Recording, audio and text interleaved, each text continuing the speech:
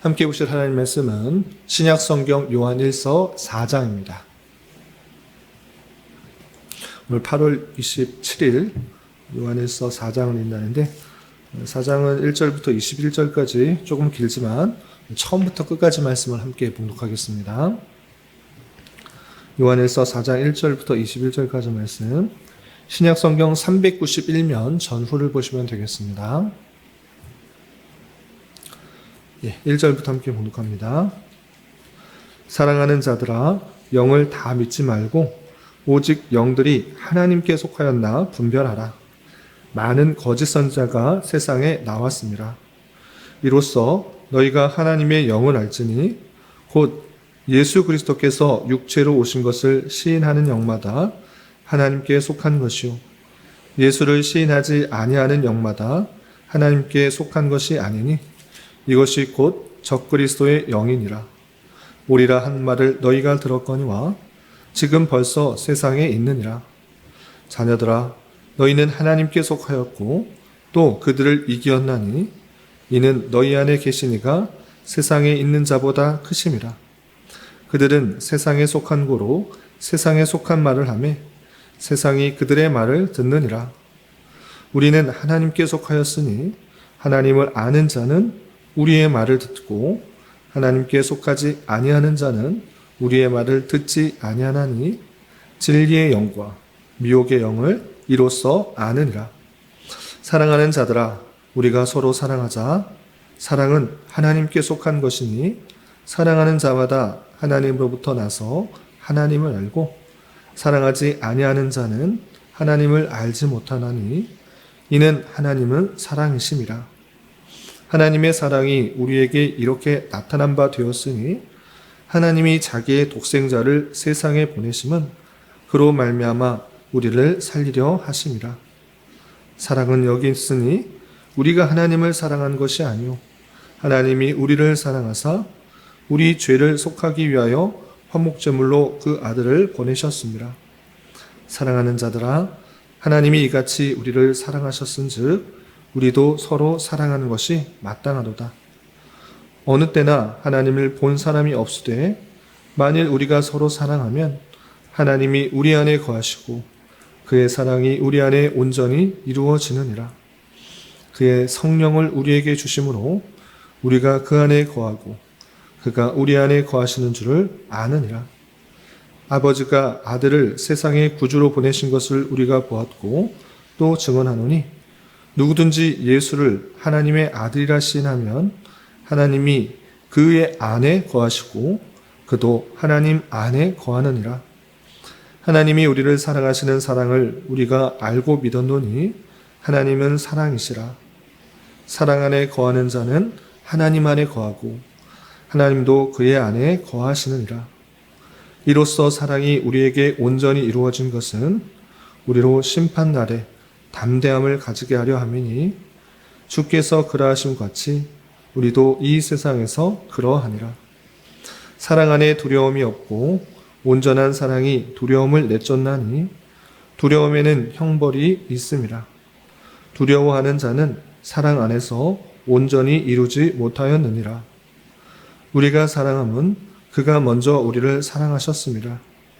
누구든지 하나님을 사랑하노라 하고 그 형제를 미워하면 이는 거짓말하는 자니 보는 바 그 형제를 사랑하지 아니하는 자는 보지 못하는 바 하나님을 사랑할 수 없느니라. 우리가 이 계명을 주께 받았나니 하나님을 사랑하는 자는 또한 그 형제를 사랑할지니라. 아멘. 감사합니다. 오늘 함께 살펴볼 하나님 말씀은 요한일서 4장입니다. 우리가 어제 살펴봤던 요한일서 3장에서는 하나님의 놀라운 사랑을 깨달은 자로서 범죄하지 않아야 될 것과 또 말과 혀로만 사랑하지 말고 행함으로 사랑해야 될 것을 교훈받았습니다. 그리고 이어지는 4장에서는 영들을 분별할 것과 다시 한번 강조하되 형제를 사랑하라 라는 것을 다양한 이유에 들어서 또 표현하고 있습니다. 그러면 내용을 좀 자세하게 살펴보면서 교훈받을 것들이 어떤 것인지 생각해 보는 시간을 갖도록 하겠습니다. 우선 4장 1절부터 6절까지는 영들을 분별하라. 영들을 다 믿지 말고 잘 분별해야 된다라는 것들을 강조하고 있는데 내용을 좀 살펴보도록 하겠습니다. 1절을 보시면 사랑하는 자들아 영을 다 믿지 말고 오직 영들이 하나님께 속하였나 분별하라. 많은 거짓 선지자가 세상에 나왔습니다. 라고 표현하고 있습니다. 영들이 있는데 영들이 하나님께 속한 영이 있고 그렇지 않은 영이 있다. 이것을 구분해야 된다는 것입니다. 그런데 그것이 확연하게 드러날 수 있는데 확연하게 드러나지 않는 것처럼 적당하게 생각하고 있으면 거짓 선지자가 하나님께 속하지 아니하였음에도 불구하고 미혹하고 또 유혹하여서 잘못된 사실들을 전하게 되는 줄 알아. 우리는 영을 분별하게 하여야 된다는 것들을 강조하고 있습니다. 그래서 선지자들 중에 거짓 선지자도 있고 참 선지자도 있는데 하나님의 말씀을 잘 진실된 진리의 말씀을 전하는 선지자도 있고 그렇지 않은 선지자도 있는 줄 알아? 그것을 분별할 수 있는 힘을 길러야 된다. 이렇게 표현하고 있습니다. 그리고 말세 때 특별히 거짓 선지자가 세상에 많이 나올 것들을 예언했는데 지금 나와 있다. 이렇게 표현하고 있는 것입니다. 그렇다면 거짓 선지자의 거짓 영을 어떻게 분별할 수 있는가? 그것도 다음과 같이 설명하고 있는 것입니다. 2절, 3절 보시면 이로써 너희가 하나님의 영을 알지니 곧 예수 그리스도께서 육체로 오신 것을 시인하는 영마다 하나님께 속한 것이요 예수를 시인하지 아니하는 영마다 하나님께 속한 것이 아니니 이것이 곧 적그리스도의 영이니라. 오리라 한 말을 너희가 들었거니와 지금 벌써 세상에 있느니라 라고 표현하고 있습니다. 아주 간단하게 설명하고 있습니다. 가장 핵심적인 것이 무엇이냐? 예수 그리스도께서 육체로 오신 것, 예수님이 성육신하여 그 하나님의 택하신 백성들의 죄를 담당하시기 위해 이 땅에 육신으로 오셨고 또 육신으로 오셔서 우리의 죄를 담당하셨다. 이것을 믿는 것, 그것이 하나님께 속한 영이다. 하나님의 영이다. 라고 말하고 있고 반대로 예수님이 어떻게 하나님의 아들이라는 분이 하나님이 이 땅에 사람으로 올 수 있느냐? 그런 것은 있을 수 없다. 육체를 가지고 있는 여느 인생을 봐라. 다 죄를 짓고 사는 인생인데 어떻게 하나님이 죄인의 모습으로 올 수 있느냐? 진짜 사람으로 올 수 없다. 참 사람이 아니다. 그런 일은 있을 수 없다. 이렇게 말하는 사람이 있다는 것입니다. 그것은 전혀 예수님을 모르는 사람이 하는 얘기가 아니라 예수님을 알되 거짓 영이기 때문에 예수님의 그 성육신을 부인하는 것입니다. 그래서 예수의 성육신을 부인하는 그 영마다 하나님께 속한 것이 아니고 적그리스도다. 예수님의 그 성육신과 대속의 사건을 부인하는 그런 적그리스도다라고 말하고 있고 지금 벌써 세상에 있다라고 표현하고 있는 것입니다. 그래서 특별히 사도 요한의 이때 당시에 영지주의자들이 많이 있었던 것입니다. 영지주의자들은 무엇인가? 라고 할 때 육신은 더럽고 영혼은 거룩하기 때문에 우리가 구원받는 것은 영이 구원받는 것이지 육이 구원받는 것은 아니다. 이렇게 말하는 것입니다. 그래서 육체 하나님의 말씀을 믿는 것 그것은 중요하나 육체를 갖고 있기 때문에 완전한 그런 선을 행할 수도 없고 여러 가지 율법들을 다 지킬 필요가 없다 이렇게 주장하는 것입니다. 마찬가지로 하나님의 아들이 이 땅에 오신다고 하면 육체를 가지고 인간의 모습으로 올 수 없다 이렇게 주장했던 것입니다. 그것을 영지주의자다라고 영만 거룩하고 영이 구원받고 육은 더럽기 때문에 구원받는 거 아니다. 육체의 삶은 어떻게 살아도 상관없다. 이런 식으로 주장하는 사람도 있는데 그러므로 말미암아 예수님의 성육신 사건을 부인하고 있는데 그것 거짓 영이다. 너희들이 지금 보고 있는 그 영지주의자들에 대한 영지주의자들의 그 이야기는 진리가 아니고 미혹하는 영이고 또 세상의 영이다 이렇게 표현하고 있는 것입니다. 그래서 그들을 분별하기 위해서 또 5절 보면 이렇게 표현하고 있습니다. 5절 보시면 그들은 세상에 속한 고로 세상에 속한 말을 하며 세상이 그들의 말을 듣느니라 라고 표현하면서 적그리스도의 영, 하나님께 속하지 않은 영, 미혹의 영은 세상에 속하였다. 진리에 속한 것이 아니고 하나님께 속한 것이 아니고 세상에 속하였기 때문에 세상적인 말을 하고 또 세상적인 말을 하기 때문에 세상이 그들의 말을 듣는다. 이렇게 표현하고 있습니다. 그냥 논리적으로 또는 합리적으로 생각할 때 그런 일이 없다라는 것은 세상적인 방법인 것입니다. 하나님께서 주신 그런 놀라운 사실은 인간의 합리적인 또는 과학적인, 이성적인 그런 판단을 훨씬 더 뛰어넘는 그런 사건이기 때문에 세상 사람들이 보기에 말도 안 되는 그런 일이다. 있을 수 없는 일이다. 이렇게 생각할 수 있지만 그런 것은 참이고 진리이고 오히려 미혹하는 영, 적그리스도 영, 과학적 사실 또는 합리적인 사실, 이성에 근거하여서 그런 것은 있는 것이 아니다. 이렇게 주장하는 것은 대단히 세상적으로 볼 때 설득력이 있고 또 세상 사람들만 이해하고 그들의 말을 듣는다. 이렇게 구분하고 있는 것입니다. 그래서 영을 분별할 것인데 세상적인 방법으로 말하는 것을 듣는 것이 아니라 하나님께서 주신 믿음, 하나님께서 주신 그 말씀, 그 말씀에 근거하여서 믿음이 생기는 것이고 그 말씀에 근거해서 분별할 수 있다. 이렇게 표현하고 있는 것입니다. 그래서 결론적으로 이렇게 분별할 수 있다라고 6절에 이렇게 표현하고 있습니다. 6절 보시면 우리는 하나님께 속하였으니 하나님을 아는 자는 우리의 말을 듣고 하나님께 속하지 아니하는 자는 우리의 말을 듣지 아니하나니 진리의 영과 미혹의 영을 이로써 아느니라 라고 하면서 하나님께 속한 영, 그렇지 않은 영, 이것을 분별하는 것은 우리 말을 듣느냐 듣지 아니하느냐라고 표현하고 있습니다. 그래서 우리 말을 들으면 사도와 그 일행이 말하고 있는 그 말을 들으면 하나님께 속한 영이고 듣지 아니한다? 그것은 미혹하는 영이다. 이렇게 구분해야 된다라고 표현하고 있습니다. 그럼 여기서 우리의 말을 듣고 따르는 사람은 어떤 사람인가? 라고 할 때 여기서 우리는 1차적으로 사도와 그와 함께하는 일행들일 것입니다. 그러면 사도와 그 일행들의 말을 듣는 자가 하나님께 속한 영이다.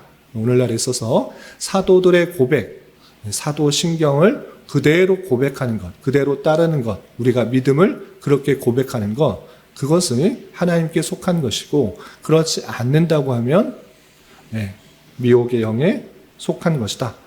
적그리스도 영에게 속한 것이다. 이렇게 구분할 수 있다라고 표현하고 있는 것입니다. 그래서 이 말을 근거로 해서 우리가 예배 때마다 고백하는 것이 무엇이냐? 사도신경인 것입니다.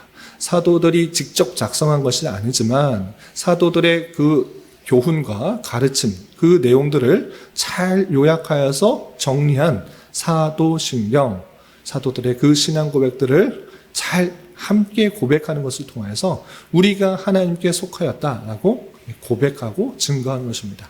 그런데 이단들은 어떻습니까? 사도신경을 고백하지 않는 것입니다. 그 예수가 구세주라고 믿지 않기 때문에 그냥 선지자 중에 한 사람, 뛰어난 사람 중에 한 사람, 위인 중에 한 사람 이렇게만 고백하기 때문에 그것을 고백하지 않는 것입니다. 사도신경의 중요성이 이 말씀을 통해서 잘 고백되고 있는 것입니다. 그러나 오늘날에 있어서 많은 정통교회 안에서도 바른 교회 안에서도 사도신경이라는 딱딱한 내용 때문에 예배 분위기와 좀 해친다 이런 식으로 생각하면서 사도신경이든지 주기도문이든지 성경 봉독이라든지 좀 딱딱한 내용들이 없어지면서 점점 찬양과 율동, 다양한 워십 등 프로그램들로 예배가 채워지는 모습들이 적지 않게 드러나는 그런 모습들이 있습니다. 그런데 그런 것이 중요한 것이 아니라 사람을 기쁘게 하고 사람을 감동시키게 하고 이런 것에 초점이 맞춰져 있는 것이 아니라 하나님께 내 신앙을 정직하게 고백하며 하나님께 속하였음을 하나님 앞에 아뢰고 하나님의 말씀을 듣고 그 말씀에 순종하고 그 말씀에 엎드려 주님을 찬양하고 경배하는 그런 모습들이 잘 드러나야 될 것입니다.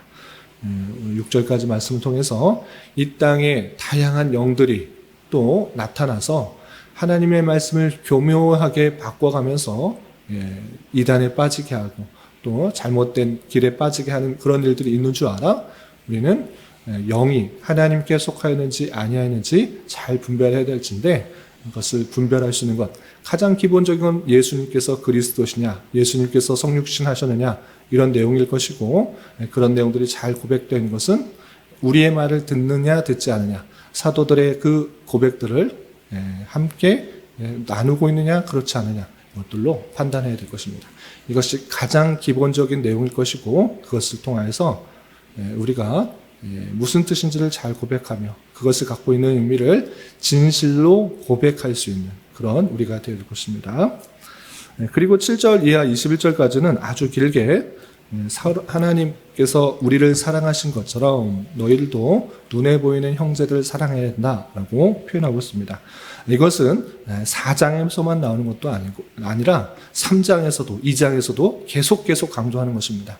형제 사랑하는 것이 쉽지 않은 그런 일들이기 때문에 다양한 근거를 들어서 계속해서 강조하는 것입니다. 새로운 내용이 아니라 이미 있었던 내용들이지만 그것들이 다양한 이유에 의해서 실천되지 않는 그런 모습들이 우리에게 나타날 수 있을 것인데 그러지 말고 우리가 궁극적으로 추구하고 따라야 될 것이 무엇인지를 알려주면서 형제를 더욱더 사랑해야 된다라고 표현하고 있는데 오늘 4장에서는 어떤 것을 근거로 해서 형제를 사랑하려 하고 있는지 좀 내용을 좀 살펴보겠습니다.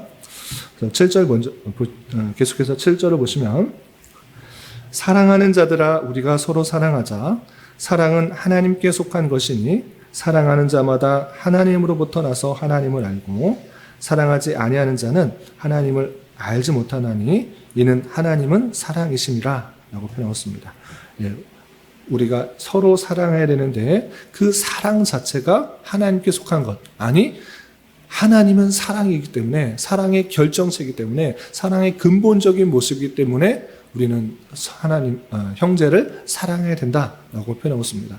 아니 어떻게 하나님을 사랑이라고 표현할 수 있습니까? 무슨 근거로 하나님은 사랑이라고 표현할 수 있습니까? 라고 물을 수 있는데 그것에 대해서 9절 10절에 이렇게 표현하고 있는 것입니다. 9절 10절 보시면 하나님의 사랑이 우리에게 이렇게 나타난 바 되었으니 하나님이 자기의 독생자를 세상에 보내심은 그로 말미암아 우리를 살리려 하심이라. 사랑은 여기 있으니 우리가 하나님을 사랑한 것이 아니요 하나님이 우리를 사랑하사 우리 죄를 속하기 위하여 화목제물로 그 아들을 보내셨습니다. 라고 표현하였습니다. 하나님의 사랑이다. 어떻게 그렇게 말할 수 있습니까? 잘 봐라. 어떤 사람이 자기의 아들을 죽여서까지 그 사람을 위하겠느냐? 하나님은 너희를 위해서 그렇게 하시지 않으셨느냐? 그 독생자를 이 땅에 보내주셔서 우리 대신 돌아가심으로 죄의 값을 치르심으로 화목제물이 되심으로 우리를 구원하셨다. 그것이 사랑의 아주 근본적인 아주 핵심적인 그 모습들이다. 이렇게 표현하고 있는 것입니다. 우리는 이 땅에 보이는 그런 인간적인 사랑은 어떻습니까? 내가 사랑해주면 그로부터 얻을 수 있는 것들이 있기 때문에 그 대가를 바라고 사랑하는 것이 많이 있습니다. 남녀 간의 사랑이나 또 우정 같은 그런 사랑이 있어서나 어떤 보상이나 대가나 나에게 유익이 되는 것 그것을 위하여서 사랑을 하고 또 아껴주고 또 우정을 나누고 하는 것입니다. 그러나 하나님께서 우리에게 보여주신 사랑은 무조건적인 사랑인 것입니다. 자기 독생자를 이 땅에 보내셔서 화목제물로 보내주신 그 사랑, 너희가 하나님을 사랑한 것이 아니라 전혀 사랑한 것이 없었고 그냥 죄 가운데 있었음에도 불구하고 내가 너희를 사랑하기 때문에 무조건적인 사랑을 했기 때문에 너희가 구원을 받은 것이다. 그 사랑의 모습을 보여주지 않았느냐? 그렇기 때문에 너희가 사랑해야 된다. 이렇게 표현하고 있는 것입니다. 주님께서 우리를 위하여서 화목제물이 되셨다. 이게 무슨 뜻인가가 또 17절, 18절에 조금 건너뛰어서 이렇게 밝혀주고 있습니다. 건너뛰어서 17절, 18절 보시면 이로써 사랑이 우리에게 온전히 이루어진 것은 우리로 심판날에 담대함을 가지게 하려 함이니 주께서 그러하심과 같이 우리도 이 세상에 그러하니라. 사랑 안에 두려움이 없고 온전한 사랑이 두려움을 내쫓나니 두려움에는 형벌이 있습니다. 두려워하는 자는 사랑 안에서 온전히 이루지 못하였느니라 라고 표현하고 있습니다. 그러니까 예수 독생자를 이 땅에 보내주셔서 화목제물이 됐다라는 것이 무엇인가? 그것은 성경에 나와 있는 전체적인 내용인데 그것은 최후 심판 때 지옥으로 가지 않게 됐다라는 그 사실을 의미하는 것입니다. 우리가 죄를 지었기 때문에 여전히 죄가 많은 인생이기 때문에 우리의 공로로는 하나님의 그 모든 율법을 완성할 수가 없었기 때문에 그 죄를 어긴 것으로 인하여 심판을 받고 죄의 값은 사망이라 라는 것처럼 지옥에 갈 수밖에 없는데 그 최후의 심판 때 우리는 담대함을 가질 수 있게 된 것입니다. 왜 그렇습니까? 그리스도께서 대언자가 되어주셔서 화목제물이 되어주셔서 그 모든 우리의 죄의 값을 담당하셨기 때문에 이 사람은 내게 속한 사람입니다. 내가 이를 위해서 십자가에 달려 돌아가셨습니다. 라는 그 한마디, 그 내용을 통하여서 우리는 그 심판으로부터 자유함을 얻게 된 것입니다. 그러므로 말미암아 어떤 것도 우리를 하나님의 사랑에서 끊을 수 없는 자가 되었다는 줄 알아 담대함이 있는 것입니다. 두려움이 없고 담대함이 생긴 그런 자로서 또 하나님의 그 놀라운 사랑을 아는 자로서 마땅히 형제를 사랑하는 것이 본 모습이다. 이렇게 표현하고 있는 것입니다. 그래서 11절에 이렇게 표현하고 있는 것입니다. 11절 사랑하는 자들아 하나님이 이같이 우리를 사랑하셨은즉 우리도 서로 사랑하는 것이 마땅하로다. 하나님에 대한 놀라운 사랑을 깨달을 때 비로소 우리가 사랑할 수 있는데 하나님께서 우리를 사랑하셨으니 우리도 주변에 있는 그 사람들, 형제들을 더욱더 사랑해야 된다라고 표현하고 있습니다. 또 19절에는 이런 표현도 있습니다. 19절 보시면 우리가 사랑함은 그가 먼저 우리를 사랑하셨습니다. 우리가 하나님을 사랑하는 것은 우리가 먼저 사랑한 것이 아니라 그 놀라운 사랑을 받았기 때문에 하나님을 사랑하는 것이고 그 하나님의 사랑하는 것이 실제적으로 어떤 모습으로 드러나야 되는가? 20절 이렇게 표현하고 있습니다. 20절 보시면 누구든지 하나님을 사랑하노라 하고 그 형제를 미워하면 이는 거짓말하는 자니 보는 바 그 형제를 사랑하지 아니하는 자는 보지 못하는 바 하나님을 사랑할 수 없느니라 라고 표현하고 있습니다. 하나님을 사랑한다고 하면 당연히 하나님께서 사랑하시는 그 자도 사랑하는 것이 마땅하다. 눈에 보이는 형제를 사랑하지 않으면서 하나님을 사랑한다? 이런 말은 어불성설, 말도 되지 않는 것이다. 당연히 하나님을 사랑한다라고 하는 것은 하나님께서 사랑하신 자를, 하나님께서 택하신 자를 마땅히 사랑하는 것으로 드러나야 될 것이고 그 모습들이 실제 형제의 사랑으로 드러나야 된다라고 표현하고 있는 것입니다. 그래서 마지막으로 21절에 다시 한번 이렇게 강조하고 있습니다. 21절 우리가 이 계명을 주께 받았나니 하나님을 사랑하는 자는 또한 그 형제를 사랑할지니라 라고 표현하였습니다.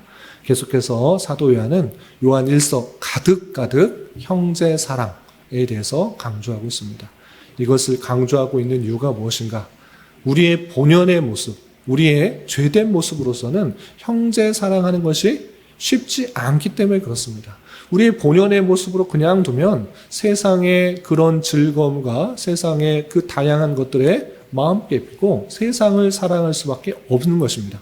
그러나 사도 요한은 그것은 일시적인 것이고 영원한 것이 아니고 다 없어질 것이기 때문에 참 만족을 주는 것이 아니기 때문에 그런 것 사랑하지 말고 영혼에 속한 그 것, 하나님의 성품을 배우며 또 하나님께서 우리를 어떻게 사랑했는지를 깨달아 형제들을 더욱더 사랑해야 된다는 것들을 강조하고 있는 것입니다.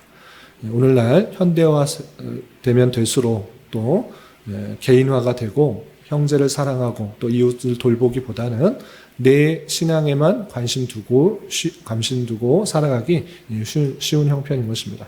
우리는 그런 모습에 자연스러워질 것이 아니라 그럴 것이 아니라 우리 함께 교회를 이루도록 한 성도들을 살피면서 혹시 어려운 것들은 없는지, 부족한 것은 없는지, 도와야 될 것은 없는지, 또 기도해야 될 것은 없는지, 또 위로하고 격려하는 것을 통해 주님의 몸된 교회로서 서로 사랑하고 하나 되는 그런 모습들을 잘 유지해야 될 것입니다.